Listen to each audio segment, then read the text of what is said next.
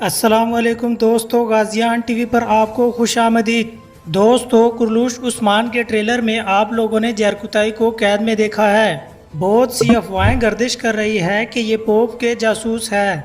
हमारे अंदाजे के मुताबिक ये पोप के जासूस नहीं बल्कि मंगोल है, क्योंकि जरकुताई ने मंगोलों के साथ बहुत अरसा गुजारा है।